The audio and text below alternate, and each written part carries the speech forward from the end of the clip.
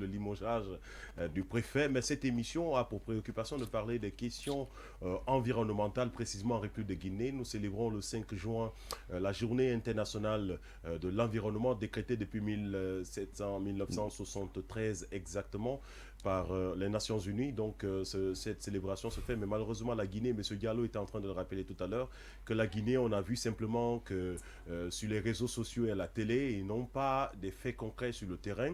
Je veux me tourner vers M. Aboli pour aujourd'hui que nous évoquons un peu la question, la problématique, la restauration du secteur de l'environnement en République de Guinée. Ça pose problème. On a beaucoup le changement de système, de climat, de température. Vous voyez, tellement de changements, mais dites-nous réellement, qu'est-ce qu'on doit faire à un certain moment? Quelle est la réflexion qu'on porte sur la restauration de ce secteur en République de Guinée? Merci. Je voudrais d'abord rappeler que le 5 juin a été institué lors de la conférence de Stockholm sur l'environnement. C'est pour la première fois que s'est tenue une conférence sur l'environnement et le slogan d'alors c'était une seule terre. Pourquoi une seule terre? C'était pour juste attirer l'attention des décideurs politiques, des ONG, la communauté internationale, et que si rien n'est fait, si les dispositions ne sont pas prises pour protéger notre terre, nous risquons de périr. Et donc c'est un slogan qui date depuis 1973 et qui est d'actualité aujourd'hui. Et quand on parle d'une seule terre, c'est juste interpeller tout le monde sur la nécessité de mener des actions concrètes allant dans le sens de la protection de notre environnement. Et je pense que le ministère de l'Environnement, en sa tête, Madame Lopou Lama, nous avons effectivement fêté le 5 juin. Le 5 juin, et cela a fait l'objet, n'est-ce pas, non seulement de plusieurs invitations, parce qu'il y avait PNUD, il y avait nos partenaires techniques et financiers, et nous avons procédé à un certain reboisement symbolique au niveau de la Direction nationale des fonds et flore. Je pense que cela a fait l'objet d'une communication et Madame la ministre en a fait une déclaration, n'est-ce pas, dans ce sens, pour interpeller tout un chacun sur le danger que guette notre planète. Parce que vous n'êtes pas sans savoir aujourd'hui que la Guinée est un pays minier et qui parle de mine, parle de la destruction de notre environnement. Donc pour nous aujourd'hui, puisque nous avons comme mission principale la préservation, la conservation de nos ressources naturelles, il va falloir donc mettre en place un mécanisme de conciliation entre le développement, n'est-ce pas, minier et, n'est-ce pas, la protection de notre environnement. Donc c'est impérativement une préoccupation fondamentale. C'est pourquoi d'ailleurs, avec l'aide de nos partenaires techniques, nous avons quand même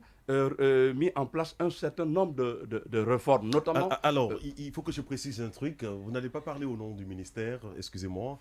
On va aller le spécialiste Aboli. Parlons sur des questions très factuelles. Comment procéder à la restauration de ce secteur en République de Guinée? Donc, je pense qu'aujourd'hui, d'abord, la restauration commence, premièrement, par l'application stricte de nos textes. Nous avons un code de l'environnement qui, à l'époque, datait de 1987, qui a été partiellement révisé en 1989 et qui a été révisé en 2019. Et dans ce code de l'environnement, nous avons mis des grands principes qui ont été édictés lors du sommet de Rio en 1992. Et aujourd'hui, ce code de l'environnement est très contraignant. Mais il suffit simplement aujourd'hui, premièrement, de l'appliquer strictement, sans état d'âme, à tous ceux qui ne sont pas soucieux du respect, n'est-ce pas, de notre environnement. Ça, c'est premièrement. Non. Deuxièmement, nous avons soumis tous les projets de développement à la réalisation d'une évaluation environnementale qui peut prendre la forme soit d'une étude d'impact environnemental et social approfondie, une notice d'impact environnemental ou une étude d'impact stratégique ou l'audit environnemental. Donc, ce sont des outils qui nous amènent à contraindre, n'est-ce pas, les projets de développement à s'intéresser à la protection de notre environnement. Et d'ailleurs, le code de l'environnement va plus loin, idem que le code minier, parce que lorsque vous prenez le code minier dans son article 144, l'article 144 dispose que lorsque, n'est-ce pas, les sites sont dégradés, les promoteurs ont l'obligation de réhabiliter ces sites. Donc ça, d'abord, le premier facteur, c'est de renforcer l'application, n'est-ce pas, de nos textes. Parce que nos textes sont clairs. Je vous donne juste une autre disposition. L'article 203. Il dit que lorsque un projet de développement s'installe en République de Guinée, un projet susceptible d'impacter l'environnement sans réaliser une étude d'impact environnemental et social, ce projet peut être condamné au paiement d'une amende allant de 100 millions à 1 milliard de francs guinéens. Donc, mais cette disposition n'a jamais été appliquée. Or, nous assistons aujourd'hui à la dégradation poussée, n'est-ce pas, de nos ressources naturelles. Donc, deuxièmement, il faut aussi mettre un accent particulier sur le reboisement. Et je pense que à partir du 15 juillet, n'est-ce pas, un vaste programme de reboisement va être lancé, n'est-ce pas, pour essayer encore une fois de reboiser, surtout d'identifier les zones les plus dégradées et procéder au reboisement. Mais encore une fois, nous sommes conscients aujourd'hui, avec la réforme actuelle, nous devons mener, n'est-ce pas, des réformes plus approfondies. On ne doit pas simplement se limiter aujourd'hui au reboisement, mais plutôt il faut accentuer le suivi. C'est le suivi qui permet, n'est-ce pas, de s'assurer effectivement que le reboisement que nous avons fait est en train, n'est-ce pas, de constituer une réussite aujourd'hui. Ça, c'est extrêmement important. Et ensuite, il faut sensibiliser, n'est-ce pas, la population en ce qui concerne, n'est-ce pas, la protection, n'est-ce pas, de notre environnement. Parce que vous n'êtes pas sans savoir aujourd'hui que lorsque les causes, n'est-ce pas, de la dégradation de notre environnement sont connues, c'est la déforestation, c'est l'érosion, la dégradation des sols, c'est l'exploitation abusive de nos ressources minières, c'est, n'est-ce pas, l'inondation, ce sont des constructions anarchiques, notamment, tout ça sont des facteurs qui concourent à la dégradation de notre environnement. Donc, aujourd'hui, on a pour mission d'impulser, n'est-ce pas, les actions allant dans le sens de la restauration de nos ressources naturelles. Parce que si rien n'est fait, je pense aujourd'hui que nous risquons de périr, d'où le slogan « Une seule terre ». Une seule terre signifie simplement que nous devons faire pause. Depuis 1993, 1973, nous sommes en train de partir vers la dérive. C'est pourquoi on a parlé de Stockholm 50. Stockholm 50, c'était pourquoi? C'était pour évaluer, n'est-ce pas, voir ce qui a marché et ce qui n'a pas marché, comme Guterres le disait, que l'humanité est confrontée à un choix difficile et urgent. Soit, n'est-ce pas, mettre une pause, réfléchir sur ce qui va et ce qui ne va pas, ou périr. Et j'espère aujourd'hui que tous les ONG, tout le monde est conscient du danger que guette notre environnement. Et pour terminer, et pour vous dire que la protection, par exemple, de l'environnement est une propriété à part de tous. Chacun de nous est concerné. Nous sommes allés très loin dans le code de l'environnement. Lorsque vous prenez ces articles 17, 18, 19, nous avons donné le droit, n'est-ce pas, aux ONG qui évoluent dans le domaine, n'est-ce pas, de la protection de l'environnement, de pouvoir rester en justice contre les décisions de nature à porter atteinte, n'est-ce pas, à notre environnement. Donc, ça veut dire pas applicable. Voilà, justement, c'est pour vous dire aujourd'hui que oui, c'est parce que simplement nous sommes habitués à s'intéresser plus à la politique, n'est-ce pas, qu'à la protection. Et c'est un véritable problème. Je me tourne vers vous, Monsieur Barry, pour comprendre un peu, parce que les Guinéens, on a dans notre tête, dans une culture, moi j'ai la culture qu'on a inculquée dans ma tête, que nos ressources sont inépuisables en fait. Est-ce que c'est vrai? Avec cette situation calamiteuse qu'on est en train de connaître aujourd'hui, la destruction des forêts et tout, l'environnement, est-ce qu'on peut espérer dans 10 ans, 20 ans, 30 ans, 40 ans, 50 ans, que la Guinée soit toujours le premier importateur de la bauxite, le producteur du fer et dans d'autres domaines des ressources humaines à la République de Guinée? Oui, ça relève plus d'un discours politique qu'une évaluation technique. Parce que même les chiffres avancent. Un discours politique même en classe, hein, parce que c'est ce qu'on apprend aux gens en classe. Il y a eu une construction politique autour des ressources minières en Guinée. Parce que le fait d'attribuer à la Guinée l'expression de scandale géologique et tout ce qui s'ensuit, même l'évaluation en termes de chiffres autour des 40 milliards de tonnes de réserves, c'est très relatif parce que l'IBA, l'association internationale... Je vous assure, depuis la 6e année, le même chiffre qu'on me donne, c'est le même chiffre qu'on donne à mon petit frère aujourd'hui. Et nous, en tant que scientifiques, on essaie de déconstruire, regarder en profondeur ce genre de chiffres, parce que même le chiffre avancé de 40 milliards de tonnes de réserves, il n'est pas prouvé en fait.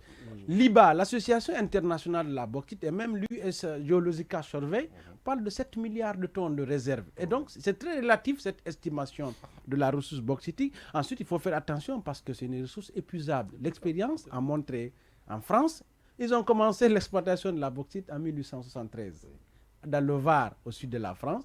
En 1990, ils ont fermé toutes les mines de bauxite. Il n'y a plus de bauxite en exploitation en France. Donc, il faut intégrer ce paramètre, ça c'est un. Deuxièmement, il y a des ressources de substitution à la bauxite. Vous prenez l'anarthosite, c'est une ressource qui contient 25% d'alumine. Le Canada en a 100 000 km² d'anorthosite. Donc, c'est une ressource qui peut se substituer à la bauxite et qui peut rendre caduque tout projet d'exploitation de bauxite en Guinée. Donc, il faut faire attention à ce paramètre de substitution de la bauxite. Donc, parlant d'ailleurs de de l'impact de cette exploitation de la bauxite sur notre environnement, je reprends une phrase du président Chirac. Notre maison brûle et nous regardons ailleurs. Vous prenez la région de Bokeh, qui est la plus grande zone d'exploitation de bauxite en Guinée. 62% de toute sa superficie est occupée par des concessions minières. Ouais. 62% de toute la superficie de Bokeh. Et ça, c'est de Bokeh. Ouais. Ça, c'est seulement Bokeh. Hein. Bokeh, c'est la plus grande zone en exploitation. Bien sûr. Et vous avez là une exploitation de la bauxite qui a démarré depuis 1973 avec CBG. De 1973 à maintenant, c'est 600 millions de tonnes de bauxite qui sont partis des plateaux de Sangaredi avec la CBG en destination de différentes raffineries à travers le monde. Vous prenez dans la même zone la présence simultanée de la CBG, vous avez aujourd'hui près de 14 projets miniers en développement. Ouais. Donc ça fait une énorme pression sur à la fois les ressources foncières dans la région. Donc la terre devient un enjeu fondamental aujourd'hui avec le phénomène de dépossession des terres. Je vous donne quelques chiffres. Par exemple, vous prenez pour construire le port GAC à Taïbé, comme ça, le long des bras de mer, il y a eu 6 hectares de déposition de terre de mangroves ravagées. 6 hectares de mangroves ravagées juste pour construire le port de GAC. Et d'ailleurs, il y a un autre impact indirect, c'est que lorsqu'ils ont construit le port, le niveau de l'eau monte et ça a inondé toutes les terres rizicoles dans la zone. Donc, les populations qui pratiquaient de l'agriculture étaient obligées de quitter la zone pour aller ailleurs. Et donc, ce qui fait qu'il y a une forte pression sur la question foncière dans la zone de Bokeh, qui d'ailleurs contribue à aggraver la tension parce que les populations n'ont plus où faire de l'agriculture. Ça, c'est un élément. Vous prenez la question de l'eau dans la zone de Bokeh. Le Rio Ninez, c'est un grand bras de mer qui quitte du port de Kamsar jusqu'au niveau de Baralandi. Ça fait 80 km de bras de mer qui inondent toute la région de Bokeh. Et c'est au long de ce bras de mer que les gens pratiquent l'agriculture et ils font de la pêche. C'est la principale source de subsistance des communautés dans la zone de Bokeh. Le long des 80 km, vous avez 10 ports de chargement de bauxite. Et ça fait 50 barges par jour de 8000 tonnes qui longent le bras du Rio Ninez dans le chenal. Et donc, ces barges, aujourd'hui, polluent complètement ce bras de mer, ce qui fait que dès le mois de décembre, janvier, les gens n'ont plus où trouver de l'eau à boire dans la zone de Bokeh. Vous avez vu un rapport de Human Rights Watch qui montre que 92 points d'eau étaient pollués par CBG dans la zone de Sangaredi, des sources d'eau. Mais avec ça, l'État ne fait absolument rien. On est dans le discours en Guinée, parce que le code de l'environnement, code minier, tous les textes d'application, j'aimerais bien entendre. Mais moi, je suis dans une démarche de sociologie donc je pars des faits empiriques, des faits réels. Dans quelques années, on aura des réfugiés climatiques, parce que les gens n'auront plus où vivre à Bokeh, parce qu'ils n'ont plus de moyens de subsistance. Donc, quand vous comparez aujourd'hui les gains en termes de revenus que nous tirons de cette exploitation minière, vous faites la comparaison avec les coûts environnementaux et sociaux. Dans quelques années, on aura des réfugiés climatiques dans la zone de Bokeh. Les gens seront obligés de fuir la zone. Cette année, il faisait 43 degrés à l'ombre à Sangaredi vers le mois de mars. Parce que tout simplement, il n'y a plus de forêt naturelle dans la zone de Sangaredi à cause de la superposition des concessions minières. L'environnement n'est pas une priorité à la fois dans les politiques de redistribution des revenus, puisqu'on a dit on fait de l'exploitation minière, on gagne de l'argent, entre guillemets de l'argent, puisque vous imaginez avec 100 millions de tonnes, ça nous fait 600 millions de dollars de revenus. C'est comme revenu par rapport aux coûts que nous subissons. Et donc, quand vous prenez cette politique de redistribution des revenus, l'environnement, c'est le parent oublié de cette politique de redistribution. Vous prenez, en 2020, avec l'argent du FODEL, il y a 0 francs investis dans l'environnement avec 40 milliards mis à la disposition des collectivités de la zone de Bokeh. Et donc, d'ailleurs, ce qui est paradoxal, on prend cet argent, on investit dans la scierie du bois, c'est-à-dire qu'il achète des tronçonneuses. Il y en a à Colabouy. Moi, j'en ai fait. J'ai participé à l'enquête sur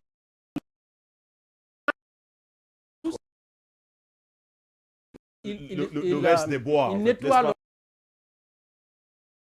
question de la terre, la question de l'eau, d'ailleurs, de la question du secteur minier à la restauration.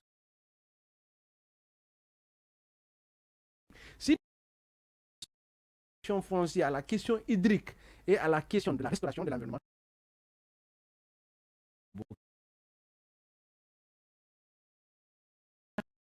le fait, vous avez certaines réserves, ils ont restauré, il faut le dire. Quand vous partez, vous avez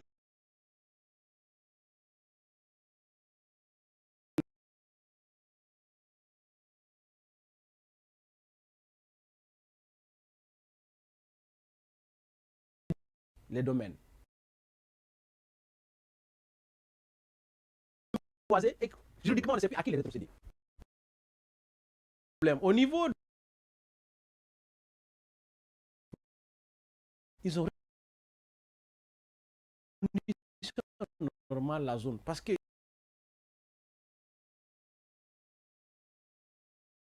de l'anacarde et donc les plantes ont refusé de pousser. Nous, on a les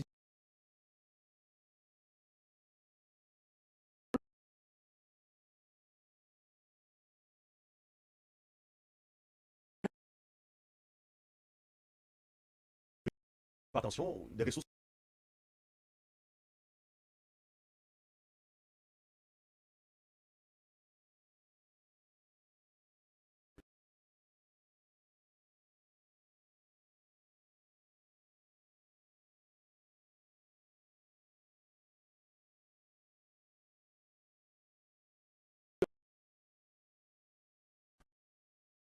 ici, c'est à ciel ouvert. C'est-à-dire, on dynamite seulement quelques couches d'épaisseur.